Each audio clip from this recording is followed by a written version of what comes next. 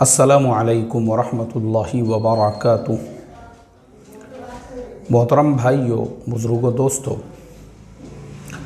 अल्लाह के नबी सल्लल्लाहु अलैहि वसल्लम की सीरत को हम उठाकर देखेंगे तो पता चलता है कि यहूद और नसारा यानी उस ज़माने के जो यहूदी थे, क्रिश्चियंस थे, जिनको रोमी कहते थे। रोम कहाँ है? रोम इटली में है। उस ज़माने में यूरोप को तकरीबन रोम कहा जाता था। और यहूदी जो है वो ख़ुद मदीना मुनव्वरा में थे। उसके अलावा मुल्क शाम का जो इलाक़ा है यानी आज का जो इज़राइल है और वो पूरा जो इलाक़ा है फ़लस्तीन वग़ैरह का, उस ज़माने में वो पूरे इलाक़े में यहूदियों की आबादियाँ थीं। ये दोनों जो कौमें हैं अल्लाह के नबी सल्लल्लाहु अलैहि वसल्लम से ख़त किताबत किया करते थे और बाज़ औक़ात आते थे मिलने के लिए। तो जब यहूदी सरदार आते थे तो आपस में भी वो कुछ बातचीत करते थे जो इब्रानी ज़ुबान होती थी। अल्लाह के नबी सल्लल्लाहु अलैहि वसल्लम ने हज़रत ज़ैद इब्ने साबित रज़ी अल्लाह तआला अन्हु से कहा कि ज़ैद, तुम यहूदियों की ज़ुबान सीख लो ताकि हम उनके साथ ख़त किताबत यानी हमारा आदमी ही ख़त किताबत जो है वो कर सके, हमको किसी से ट्रांसलेशन करके लेने की ज़रूरत ना पड़े, किसी इंटरप्रेटर की हमको ज़रूरत ना पड़े। हज़रत ज़ैद इब्ने साबित रज़ी अल्लाह तआला अन्हु कहते हैं कि मैंने सिर्फ 17 दिनों में, only in 70 days, I have learned complete इब्रानी लैंग्वेज। मुकम्मल जो इब्रानी ज़ुबान थी यहूदियों की, उसको हज़रत ज़ैद इब्ने साबित रज़ी अल्लाह तआला अन्हु ने सिर्फ 17 दिनों में, ओनली इन 17 डेज़ ही has completed to learn it. सिर्फ 17 दिनों में उन्होंने यहूदियों की इब्रानी ज़ुबान को सीख लिया। उसके बाद जब रोमियों से ख़त किताबत होने लगा, चूँकि अल्हम्दुलिल्लाह अब इस्लाम का दायरा बढ़ गया था, तो रोमियों से, रोमी कौन थे? ये जो क्रिश्चियंस है, अक्सरियत उनकी थी यूरोप में, उनसे जब ख़त किताबत होने लगी तो उनकी जो ज़ुबान थी वो थी लैटिन। लैटिन किसे कहते हैं? पूरे यूरोप के अंदर जितनी भी ज़ुबानें आज बोली जाती है, जैसे इंग्लिश है, फ्रेंच है, स्पेनिश है और जर्मन है और जितनी भी स्विस वगैरह वगैरह, जितनी भी पूरे यूरोप की सब जो जितनी भी लैंग्वेजेस है जो ऑलमोस्ट एक दूसरे से मिलती जुलती है, इन सब की भी एक मदर लैंग्वेज है। इन सब का भी एक माखज़ है, उसको कहते हैं लैटिन, जिससे ये सब ज़ुबानें निकली हुई है। तो उस ज़माने में पूरे यूरोप में वही लैटिन ज़ुबान बोली जाती थी। फिर बाद में इलाक़ों के एतबार से ज़ुबानें थोड़ी बिखरती गई और बिखरते बिखरते फिर ये सारी ज़ुबानें, जर्मन अलग हो गई, फ्रेंच अलग हो गई, स्विस अलग हो गई, स्पेनिश अलग हो गई, इंग्लिश अलग हो गई। बहरहाल तो अल्लाह के नबी ने हज़रत ज़ैद इब्ने साबित रज़ी अल्लाह तआला अन्हु से कहा कि ज़ैद, तुम रोमियों की जो लैटिन ज़ुबान है उसको भी सीख लो। हाँ, ज़ैद इब्ने साबित रज़ी अल्लाह तआला अन्हु कहते हैं सिर्फ 15 दिनों में, कितने दिनों में? Only in 15 days I have learned complete Latin language. सिर्फ 15 दिनों में उन्होंने ईसाइयों की, रोमियों की जो लातीनी ज़ुबान, उसको उर्दू में लातीनी कहते हैं, हालांकि वो लैटिन है ओरिजिनल में, वो लैटिन जो ज़ुबान थी उसको सीख लिया उन्होंने। अच्छा, मैं आपको ये वाक़या क्यों सुना रहा हूँ? मैं आपको ये समझाने के लिए सुना रहा हूँ कि अल्लाह के नबी सल्लल्लाहु अलैहि वसल्लम ने अपने सहाबा को इतना एडवांस बनाया था। अपने सहाबा को अल्लाह के नबी ने ऐसा बनाया था, उस ज़माने के जितने भी उलूम हैं, जितने भी फ़नून हैं, जितनी भी लैंग्वेजेस है, उसके सीखने का हुक्म दिया। मना करना बहुत दूर की बात है, सीखने का हुक्म दिया। हुक्म, और क्यों दिया हुक्म? हुक्म इसलिए दिया ताकि तुम दुनिया की ये ज़ुबानें सीखोगे तो पूरी दुनिया में दीन का काम कर सकोगे। पूरी दुनिया के अंदर लोगों की ज़ुबानें जब तुमको आएगी तो पता चलेगा, चाहे वो यहूदी हो, चाहे वो ईसाई हो। यहूदियों में जाके तुमको तबलीग करना है, तुम अरबी में नहीं कर सकते।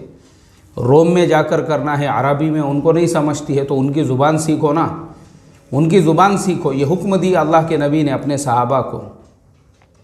और आज हम मुसलमानों का हाल ये है, हम पिछड़े हुए, जो पिछड़े हैं ना आज दुनिया में। कल भी मैंने वो जो इमाम मेहदी और झूठे नबी और झूठे मेहदी और झूठे ईसा पर जो मैंने कल सबक दिया था, उसमें भी मैंने थोड़ा सा इस तरफ इशारा किया था। आज के मुसलमानों में सबसे बड़ा हमारा प्रॉब्लम ये है, ना हमारे पास में रिसर्च करने के लिए टाइम है, ना तहक़ीक़ करने के लिए टाइम है, ना मुताला करने के लिए टाइम है, ना किताबें पढ़ने के लिए टाइम है। हम सिर्फ़ और सिर्फ जो अंदाज़े के तीर है और सुनी सुनाई बातें हैं उस पर भरोसा और यकीन कर सकते हैं और बस वैसी बातों को फैला सकते हैं। इसके अलावा हमको कुछ नहीं आता है।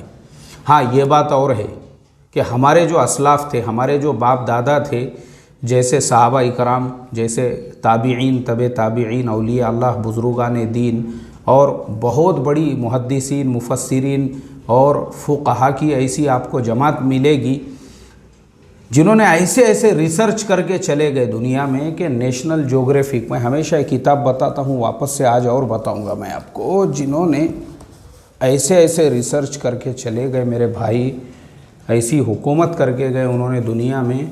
ये एक किताब नहीं है, ये और एक किताब है, मोटी है, बहुत बड़ी है। ये 2 किताबें एक्चुअल में मुझे आपको एग्जाम्पल देने के लिए मैं निकालता हूँ। ये आप देखिए ना, यहाँ पे नेशनल ज्योग्राफिक का सिंबल आपको नज़र आ रहा होगा। नेशनल ज्योग्राफिक जो चैनल है, उन लोगों ने ये किताब शाये की और उन्होंने बताया कि मुसलमानों के 1001 invention and awesome facts from Muslim civilisation.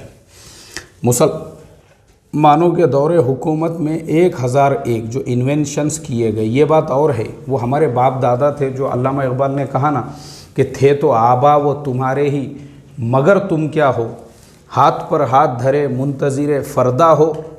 ये इसीलिए उन्होंने हमारे से कहा। अब मैंने आपको ये लंबी चौड़ी तमहीद क्यों बांधा हूँ, वो ये समझाने के लिए कि मैं अभी मेरे पास में जो है, कल का मैंने जो सबक दिया, मैं इस कप के अंदर कॉफ़ी पीता हूँ। अब इस कप के पे यहाँ पे जो है नेस्कैफ़े लिखा हुआ है। तो एक साहब ने जो है कल के हमारे सबक के नीचे कमेंट किया। पहले मैं आपको वो कमेंट पढ़कर सुनाता हूँ, फिर मैं कंटिन्यू करूँगा। उनका कमेंट ये है, मौलाना साहब आपकी बात बिल्कुल सही है, लेकिन एक बात देखने में अच्छी नहीं लगी, वो ये है कि आप जिस कप का इस्तेमाल कर रहे हैं उस पर जो नाम लिखा हुआ है, यानी ये नेस्कैफ़े, उसका फ्री में एडवर्टाइजमेंट हो रहा है और वो कौन बना रहा है पूरी दुनिया जानती है। मतलब क्या है इसका, कौन बना रहा है, ये आप ही मुझे बताइए, कौन बना रहा है? कौन बना रहा है भाई, आप बताइए ना मुझे। नेस्कैफ़े कौन बना रहा है वो आप खुद ही बताइए मुझे। आपने इसके बारे में क्या तहक़ीक़ की है, क्या रिसर्च की है? चलिए मैं एक कदम आगे बढ़ के आपको बता देता हूँ। अब आप यही बोलेंगे ना, मौलाना वो तो यहूदियों की कंपनी है, हमने तो उसका बाइकॉट करना चाहिए। यही मतलब है ना भाई आपका। अल्लाह हिफाजत फरमाए। क्या पढ़े आपने उसके बारे में? इज़राइल बनने से 100 साल पुरानी कंपनी है वो। 1850 में नेस्ले कंपनी की बुनियाद डाली गई। किसने बनाया, कहाँ बनाया, क्यों बनाया, वो सब डिटेल्स आप ख़ुद तहक़ीक़ कर लो, अपने अंदर भी थोड़ा मिजाज बनाओ तहक़ीक़ात का। लेकिन मैं सिर्फ़ इतना कहना चाहूँगा कि हम सिर्फ़ इसी में रह गए। चलो मुझे बताओ, एक आधा मुस्लिम ब्रांड बताओ इंटरनेशनल कॉफ़ी का, ऐसा ही नेस्कॉफ़ी के जैसा, तो मैं इसको छोड़ देता हूँ, उसको शुरू कर देता हूँ इस्तेमाल करना। इसमें प्रॉब्लम क्या है? चलिए और एक बात मैं आगे बढ़कर आपको ये बताता हूँ। इंडोनेशिया और मलेशिया, पूरी दुनिया के अंदर जो पाम ऑयल है, पाम ऑयल मतलब जो खाने का तेल होता है, पूरी दुनिया में जो प्रोडक्ट्स इस्तेमाल करते हैं, ऑलमोस्ट सारे ही प्रोडक्ट्स में, हर बिस्किट के अंदर, हर साबुन के अंदर, हर शैम्पू में, हर बहुत सारी चीज़ों के अंदर पाम ऑयल का इस्तेमाल किया जाता है। और वही पाम ऑयल है जिसकी बरकत से हमारा ये खाने का जो तेल है, जो हम नॉर्मली यूज़ करते हैं, चाहे सनफ्लावर हो, चाहे फिर वो जो दूसरे जो हमारे पास में जो सोयाबीन वगैरह के ऑयल आते हैं, कुकिंग ऑयल, ये तमाम के जो रेट कम हैं वो सिर्फ पाम ऑयल की बरकत से, क्योंकि सारी कंपनियां पाम ऑयल इस्तेमाल करती है। अगर वो भी ये तेल यूज़ करने लग जाए तो ये तेल हमको 500-1000 रुपये किलो भी नहीं मिलेगा। लेकिन वो पाम ऑयल की बरकत है कि सब पाम ऑयल जो है इंडस्ट्रियल यूज़ में आता है। यानी कंपनियां, मतलब जो बिस्किट हम यूज़ करते हैं, चाहे ब्रिटानिया का हो, चाहे पार्ले का हो, किसी भी कंपनी का हो, हिंदुस्तान यूनिलीवर का कोई भी प्रोडक्ट्स हो, सब में पाम ऑयल उनको इस्तेमाल करना पड़ता है। वो लोग पाम ऑयल यूज़ करते हैं। पता है वो पाम ऑयल कहाँ निकलता है? पूरी दुनिया में सबसे ज़्यादा इंडोनेशिया और मलेशिया, दोनों मुल्क किसके हैं? मुसलमानों के मुल्क है। और उनके कस्टमर कौन हैं? उनके 99% जो कस्टमर्स हैं वो नॉन मुस्लिम्स हैं। अब मुझे आप बताओ, अगर वो भी ये देखने लग जाएंगे नहीं, मुसलमानों के मुल्क से पाम ऑयल लेना नहीं है अपने को। आपको पता है खुद भारत जो है मलेशिया से हर साल 40 लाख टन पाम ऑयल जो है वो इंपोर्ट करता है, यानी मंगाता है। अब आप हिसाब लगाओ 40 लाख टन में कितने किलो होता है, वो मैं नहीं बोलूँगा आपको। सोच जो है ना, अपनी सोच को थोड़ा बड़ा करो ना भाई, सोच को बड़ा करो। ये मत देखो कि ये यहूदियों का बाइकॉट किया जाए या ईसाइयों का बाइकॉट किया जाए, बल्कि ये देखो कि हम उनके जैसा कैसे बन सकते हैं या उनसे 4 कदम आगे निकल सकते हैं। आप मुझे बताओ, अब आप काम क्या करते हैं वो मुझे पता नहीं है, लेकिन आप मुझे बताओ आपका अपना खुद का ब्रांड है क्या? ऐसा है आपका ब्रांड? आप ब्रांड बनाओ ना अपना। आपको मालूम है आज के मुसलमानों का सबसे बड़ा प्रॉब्लम क्या है? एक शहर है, मैं उसका नाम नहीं लूँगा, एक ज़माने में जब मैंने एकदम नया कंप्यूटर हार्डवेयर वगैरह सीखा था, MSc IT किया था मैंने उस ज़माने में 86% के साथ में। तो जब मैंने वो कोर्स कंप्लीट किया, मुझे बड़ा शौक़ था कंप्यूटर के लाइन से और भी चीज़ें सीखने का, मतलब पार्ट्स वगैरह उसको जो है असेंबल करने का। एक शहर है मुसलमानों का, तो मेरी वहाँ पे बहुत सारे जो हमारे लाइन के लोग हैं उन सब से मेरे अच्छे ताल्लुकात हो गए, जान पहचान हो गई। जितने भी लोग कंप्यूटर के लाइन के हैं, जितने भी लोग हार्डवेयर के लाइन के हैं, घरों पे ले जाके कंप्यूटर दे रहे हैं और कंप्यूटर सुधार रहे हैं और कंप्यूटर्स में पार्ट्स लगा रहे हैं। लेकिन सबसे ज़्यादा दर्दनाक जो बात थी, जो आगे मैं आपको बताऊंगा, वो ये कि मजदूरी करने वाले जितने भी हम्माल थे वो सब मुसलमान थे, लेकिन एक भी मुसलमान की खुद की कंप्यूटर पार्ट्स की दुकान नहीं थी। सब जाकर जो ख़रीद रहे हैं वो दूसरों के पास से। आप खाली हम्माली करो, मजदूरी करो, लेकिन आपकी इतनी औकात नहीं कि आप अपनी खुद की एक होलसेल दुकान ऐसी बड़ी, कम से कम उसमें 10 से 15 लाख, और मैं आपको बताता हूँ उतने के तो वलीमे कर रहे हैं मुसलमान।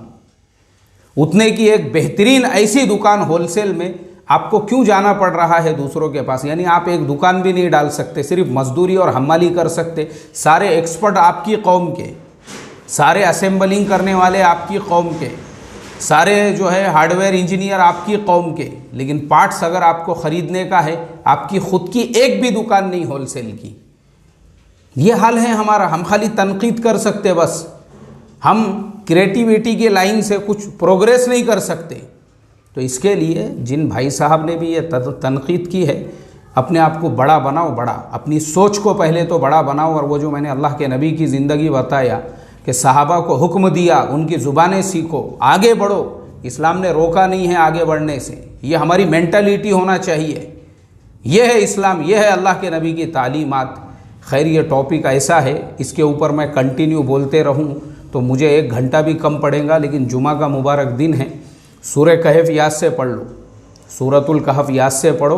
फिर मुझे जुमा की भी तैयारी करना है, क्योंकि मैं जुमा का बयान भी बग़ैर स्टडी और मुताले के नहीं करता हूँ। ये भी आपको बता देता हूँ। ये जितने भी बयान करने वाले हैं वो भी मेरी बात सुन ले, और वो भी अपना मिजाज बनाए कि जब आप जुमा में भी बात कर रहे हैं 500-1000 लोगों के सामने, तो कम से कम पहले 1-2 घंटे आपकी स्टडी, मुताला, ऑथेंटिक बातें वहाँ पे पहुँचना चाहिए, ताकि उम्मत के अंदर वैसी चीज़ें पैदा हो। इसलिए मैं अभी बात को ख़ास तौर पे मेरे जुमा के बयान की स्टडी के लिए ख़त्म कर रहा हूँ।